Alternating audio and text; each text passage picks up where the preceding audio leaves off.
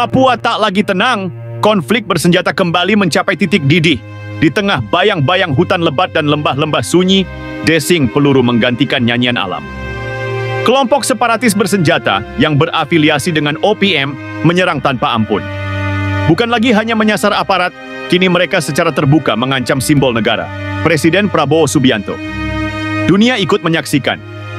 Di tengah forum resmi Perserikatan Bangsa-Bangsa di New York, gaung Free Papua, Free Aceh, Free Maluku mengguncang ruang sidang. Assalamualaikum, sebangsa dan setanah air. Papua tidak lagi aman seperti dulu. Karena itu, banyaknya intrik-intrik asing dan campur tangan asing, terutama Australia dan kroni-kroninya atau negara-negara kecil dan beberapa negara besar turut mengambil andil untuk sengaja mengacaukan Papua. Dan mereka sudah berhasil di Timur-Timur. Tetapi di Papua tak mungkin berhasil karena kali ini Presiden Prabowo sudah mempersiapkan perlawanan. Bahkan selama ini mereka andalkan isu HAM. Padahal setelah mereka kalangan OPM membunuh warga sipil, mereka malah diam, bukan menyebut HAM. Dan ini adalah kelakuan dan yang disebut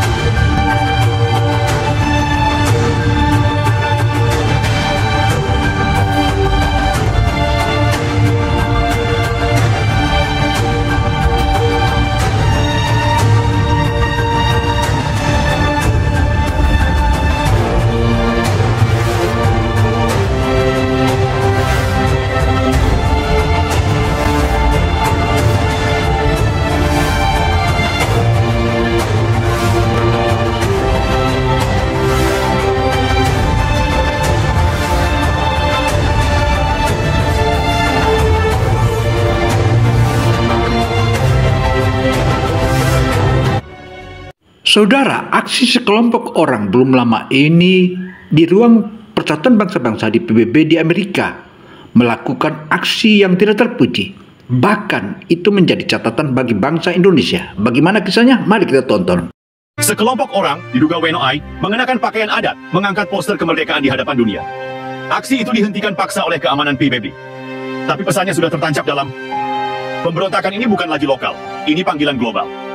Dari hutan Papua, Komandan Operasi Umum TPNPB, Lekagak Telenggen, muncul dengan pidato panas. Ia menuding Presiden Prabowo sebagai ancaman nyata bagi rakyat Papua.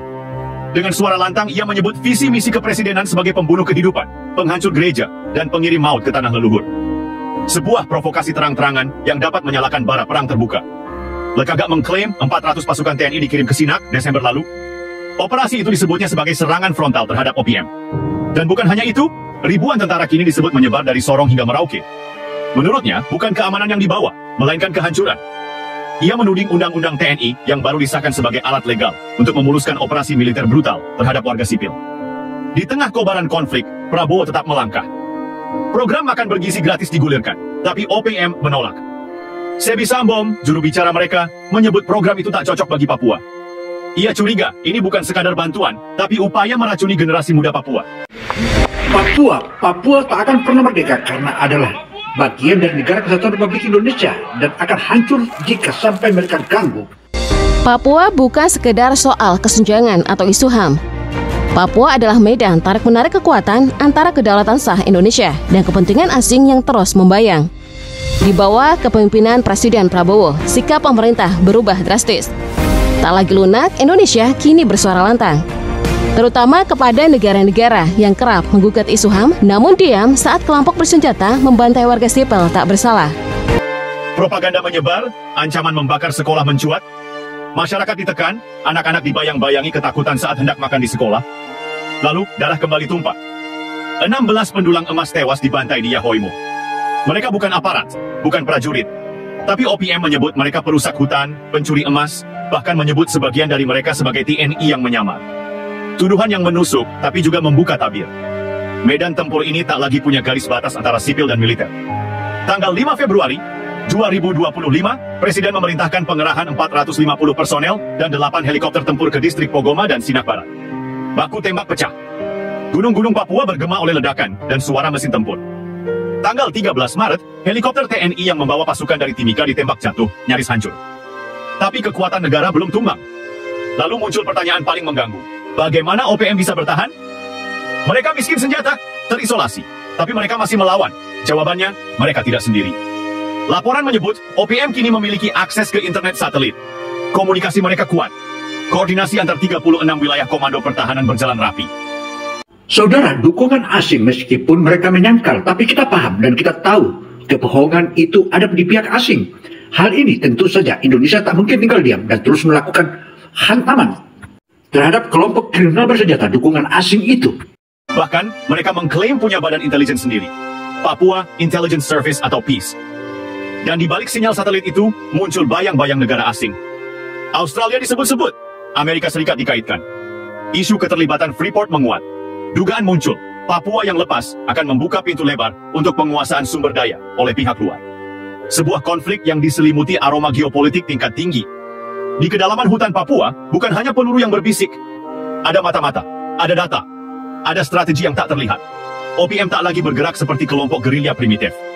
Mereka beroperasi seperti pasukan bayangan, dengan sistem komunikasi terenkripsi, terhubung langsung ke satelit milik perusahaan asing. Mereka menyebutnya PIS, Papua Intelligence Service, jaringan intelijen rahasia yang kini menjadi otak dari setiap serangan, penculikan, dan sabotase. Saudara, aksi dukungan dari pihak asing terhadap Papua Merdeka atau OPM itu tentu saja Indonesia tak tinggal diam dan Indonesia tak bodoh. Makanya Indonesia persiapkan pasukan, bahkan ke depan akan menyikat dan habisi seluruh musuh-musuh negara itu.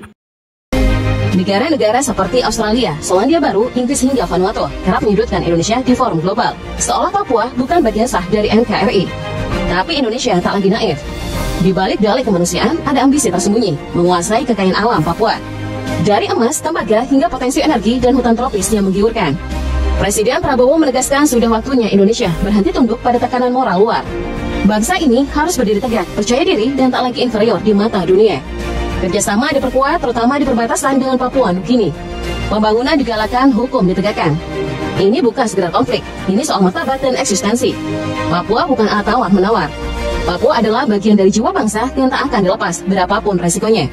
Selain itu, saudara, Indonesia sudah mempersiapkan, bahkan kerjasama Indonesia dengan Rusia sudah diambang mata akan tuntas. Dan jika saja mereka masih terus main-main, maka negara-negara yang pendukung organisasi Papua Merdeka itu tidak ada alasan kita harus hantam dan babat habis. Unit ini bukan sembarangan. Setiap komandan lapangan TPNPB kini terhubung langsung dengan pusat kendali melalui perangkat satelit berteknologi tinggi. Bukan buatan lokal, bukan teknologi tradisional.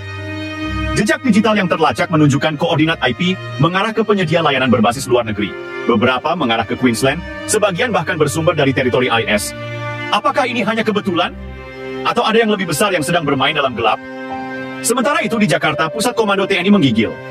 Data intelijen menunjukkan, sejak awal 2025, ada peningkatan pesat dalam suplai senjata ilegal di Papua. Bukan senjata rakitan, ini senjata buatan Eropa Timur, sebagian dari Vietnam dan Filipina. Diduga dikirim melalui jalur laut yang nyaris tak terdeteksi radar. Beberapa peti ditemukan di Teluk Cendrawasih, bercap kode asing yang tidak bisa dibaca. Jalur laut inilah yang diandalkan oleh OPM saat ini. Tetapi Indonesia tidak bodoh dan tidak tidur. Makanya dipersiapkan sejumlah kapal untuk menghabisi seluruh jaringan-jaringan teroris OPM itu. Saatnya Indonesia bangkit. Panglima TNI memerintahkan penyelidikan mendalam. Fokusnya satu, siapa yang menyokong OPM? Dan apakah ada negara yang secara diam-diam memberi mereka senjata, data, dan kekuatan? Atau lebih parah, apakah ini bagian dari operasi rahasia untuk melemahkan Indonesia dari dalam? Dan di tengah semua itu, masyarakat sipil terjebak di antara dua senjata. Desa-desa dibakar, sekolah dikosongkan, anak-anak mengungsi ke dalam hutan, guru-guru diburu, dianggap mata-mata, dokter dituduh agen militer. OPM bergerak dengan doktrin perang total. Siapapun yang tak sepaham dianggap musuh. Namun TNI juga tak tinggal diam. Operasi gabungan Kopassus dan Satgas Intel diluncurkan dalam diam. Penyamaran, penyusupan, dan penggalangan mulai dilakukan di lapangan. Targetnya jelas, lumpuhkan PIS, bongkar jaringan satelit, dan temukan titik koordinasi pusat kendali mereka. Sementara itu, Presiden Prabowo berpidato, tegas, tanpa kompromi, NKRI harga mati. Tak ada sejengkal pun tanah Indonesia yang akan lepas selama saya masih berdiri. Namun dunia internasional tak semua mendukung. Lobi-lobi senyap mulai bergerak di PBB. Delegasi asing diam-diam menggelar rapat tertutup membahas potensi referendum kemerdekaan Papua. Terbongkarnya rapat diam-diam yang dilakukan oleh negara-negara besar di PBB itu atau di Amerika itu, tentu saja ini Indonesia tak tinggal diam. Maka Indonesia siapkan lawannya atau anti kontroversial dan habisi semua mereka. Sebuah pukulan diplomatik yang bisa menggoyang pilar kedaulatan. Di lapangan api tak padam. Helikopter tempur terus melintas. Pasukan elit menyusup malam hari, tapi musuh tak terlihat jelas. Mereka menyatu dalam gelap. Dan pertanyaannya kini bukan lagi apakah perang akan pecah, tapi seberapa jauh negara ini siap bertarung mempertahankan Papua.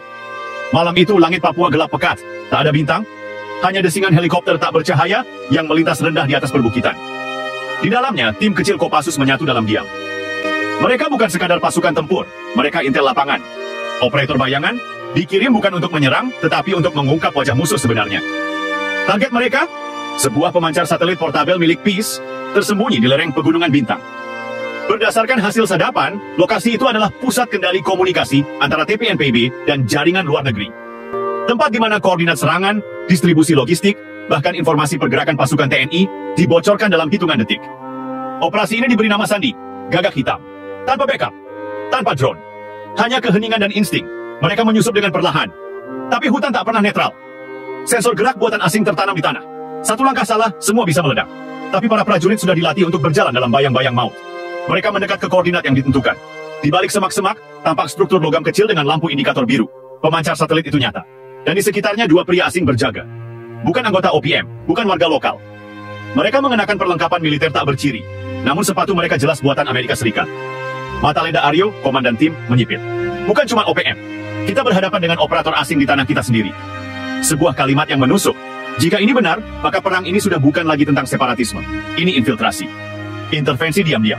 Penjajahan model baru. Perintah pun dikeluarkan. Bisu. Mematikan. Dua tembakan teredam, kedua operator asing roboh seketika. Pemancar berhasil diamankan. Tapi bukan itu yang mengejutkan. Di dalam tas salah satu mayat, ditemukan sebuah chip memori kecil. Saat dipindai, data di dalamnya mengungkap peta jaringan komunikasi rahasia di seluruh Papua. Termasuk titik distribusi logistik senjata di wilayah Tambrau, Jayawijaya, dan Dogiai. Tapi lebih mengejutkan lagi, data itu tersinkron langsung ke sebuah server yang dilacak, berada di Canberra, Australia. Di Jakarta, ruang kendali intelijen nasional membeku. Komandan Bais dengan wajah muram berkata pelan, "Kita sedang dijajah tanpa dijajah. Musuh tak berkibar bendera, tapi mereka sudah menancapkan kaki di jantung kita." Presiden Prabowo marah. Bukan hanya karena data itu nyata, tapi karena selama ini dunia memandang Indonesia sebagai agresor, padahal kenyataannya kita sedang disusupi, disabotase dari dalam. Operasi besar disiapkan. Bukan hanya militer, tapi diplomasi intelijen. Aksi tandingan dunia maya. Penggalangan internasional. Sebab musuh ini tak hanya bersenjata, tapi juga bermuka dua.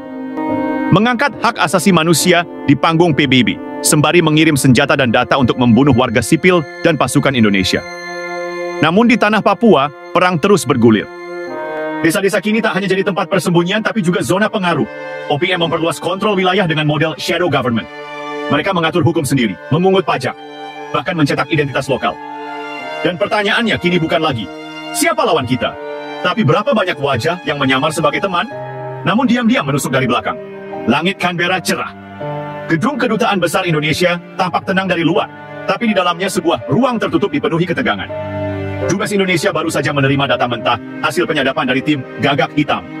Tak bisa dibantah, ada keterlibatan langsung oknum dalam lembaga keamanan Australia. Bukan hanya menyuplai intel kepada OPM, tapi juga memberi akses server backdoor untuk memantau pergerakan TNI di Papua secara real time. Jakarta murka. Tapi kemarahan itu tidak ditunjukkan lewat pidato, melainkan melalui gerakan diam-diam. Operasi Mata Elang diluncurkan. Kali ini bukan pasukan biasa. Satuan elit dari TNI, BIN, dan unit siber gabungan dikirim untuk membalikan permainan. Sasaran mereka bukan cuma penyusup di Papua, tapi juga jaringan pendanaan dan propaganda yang tersebar hingga ke Eropa. Letnan Kolonel Andika, EKS penyusup di Timur Tengah, yang kini memimpin operasi luar negeri, membawa satu perintah tunggal. Matikan jaringan ini sampai ke akar. Tapi jangan tinggalkan jejak satu tetes pun. Di Papua, tekanan meningkat. TPNPB kehilangan banyak wilayah karena operasi gabungan TNI Polri yang menyasar titik-titik logistik mereka secara presisi. Serangan udara terbatas dikerahkan, bukan untuk memporak-porandakan, tapi untuk menghancurkan gudang senjata yang dilindungi masyarakat sipil sebagai tameng. Namun TPNPB tidak tinggal diam.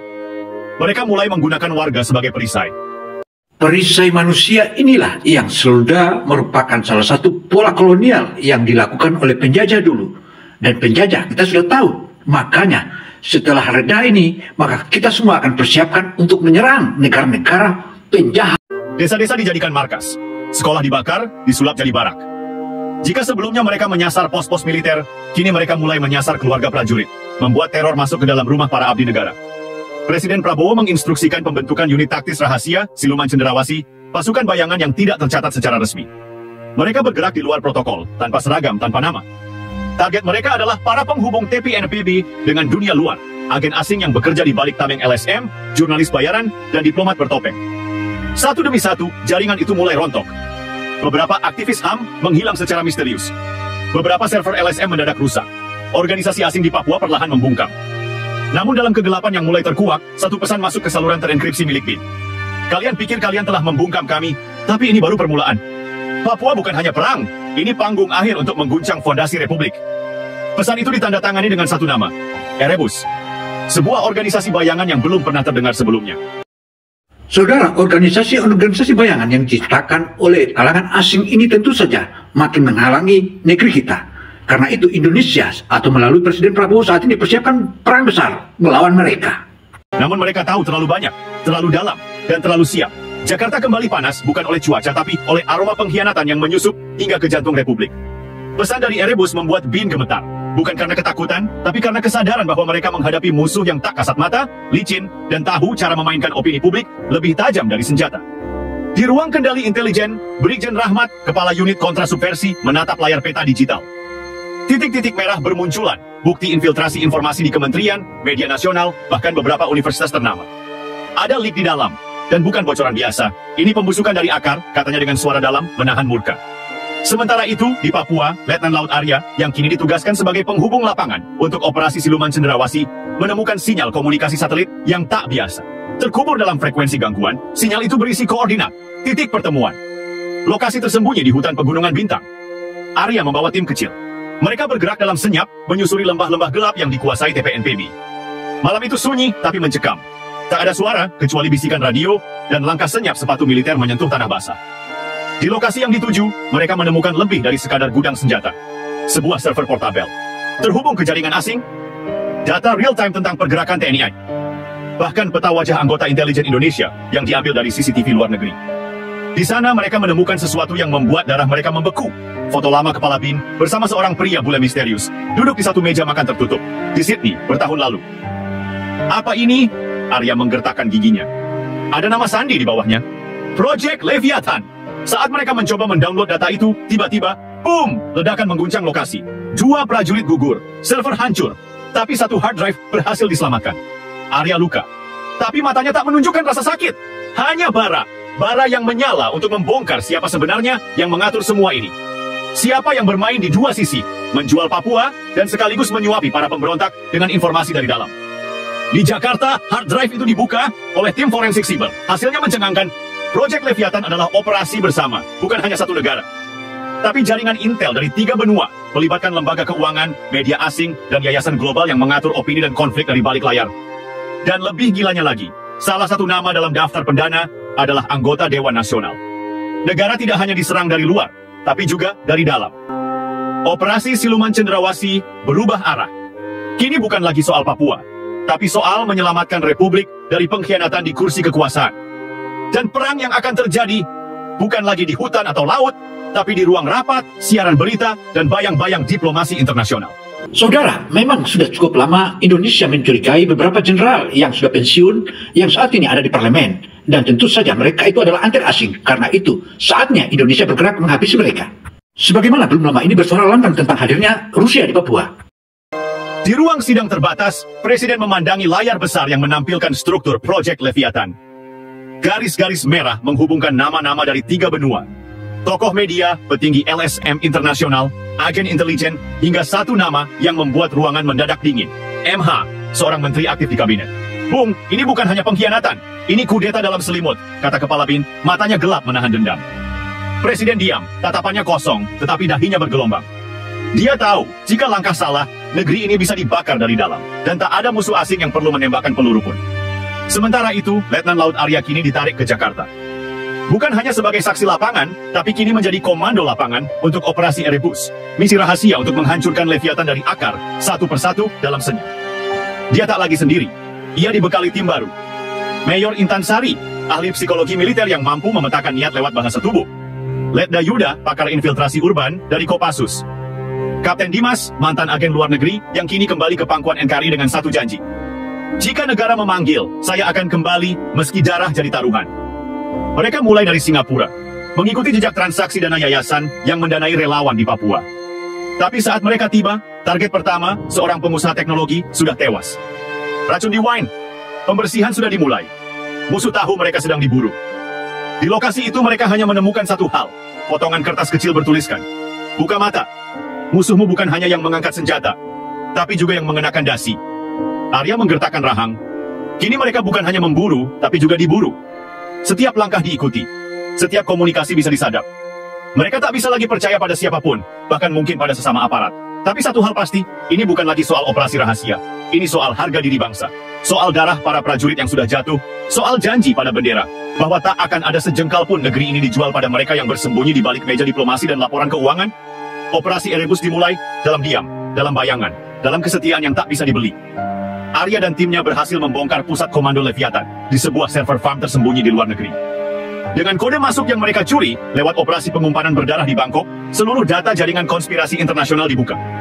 Nama-nama, rekening, komunikasi rahasia. Semua dibongkar. Dalam hitungan jam, operasi gabungan militer dan intelijen digelar diam-diam. Di Indonesia, 18 tokoh penting ditangkap. Operasi penangkapan 8 tokoh sentra asal Indonesia itulah menjadi awal baru untuk menghabisi semua kelompok-kelompok itu. Dan ini pembusukan dari dalam. Tiada alasan, mau tidak mau kita habisi mereka semua. 3 menteri dinonaktifkan. Dan 1 pesawat yang mencoba kabur dari Halim meledak di landasan karena Arya menolak membiarkan pengkhianatan itu pergi tanpa pertanggungjawaban. Di layar besar ruang presiden, file terakhir dibuka. Tertulis, Final Note, Erebus Zero. Koordinat 4,1980 darjah selatan, 137,086 darjah timur. Itu bukan lokasi biasa. Itu adalah jantung tambang emas terbesar di Papua, yang selama ini dikendalikan dari balik bayangan, dikorbankan atas nama perdamaian, padahal dijadikan ladang eksploitasi oleh para pengkhianat negeri sendiri dan kaki tangan asing yang menyamar sebagai penyelamat.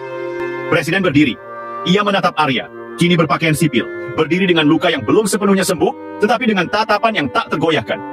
Negeri ini butuh prajurit yang bukan hanya kuat, tapi juga jujur dan setia dalam sunyi, ucap Presiden. Karena musuh tak selalu datang dengan senjata. Kadang mereka datang dengan janji, dengan senyum, bahkan dengan kontrak yang tampak sah. Arya hanya menjawab pendek, suaranya berat namun tegas. Selama saya masih bernapas, tak akan ada satu jengkal pun tanah air yang dikuasai oleh bayangan. Dan saat senja menutup hari itu, rakyat Indonesia tidak tahu bahwa mereka baru saja diselamatkan dari pengkhianatan terbesar dalam sejarah. Tak ada siaran langsung, tak ada sorotan media, hanya catatan kecil dalam arsip rahasia negara yang akan terkunci selama puluhan tahun. Namun bagi mereka yang berdiri dalam gelap demi menjaga terang, itulah kemenangan sejati. Dan bagi Arya, misi belum selesai. Karena selama masih ada yang rela menjual negeri demi kekuasaan dan uang, maka prajurit seperti dia akan terus bergerak dalam diam. Saudara, operasi senyap yang dilakukan dan dipimpin langsung oleh Presiden Republik Indonesia Prabowo Subianto itu merupakan satu langkah konkret. Dan saat ini Indonesia persiapkan untuk melakukan kontra intelijen sekaligus persiapan perang besar. Artinya negara-negara yang terus mendukung OPM itu tentu saja tidak ada lain, kita harus habisi mereka. Karena mereka ini sudah terus-terus saja melakukan kegiatan ilegal, bahkan ingin mencabik-cabik negara kesatuan Republik Indonesia. Karena itu saatnya Indonesia harus bangkit untuk menghabisi mereka.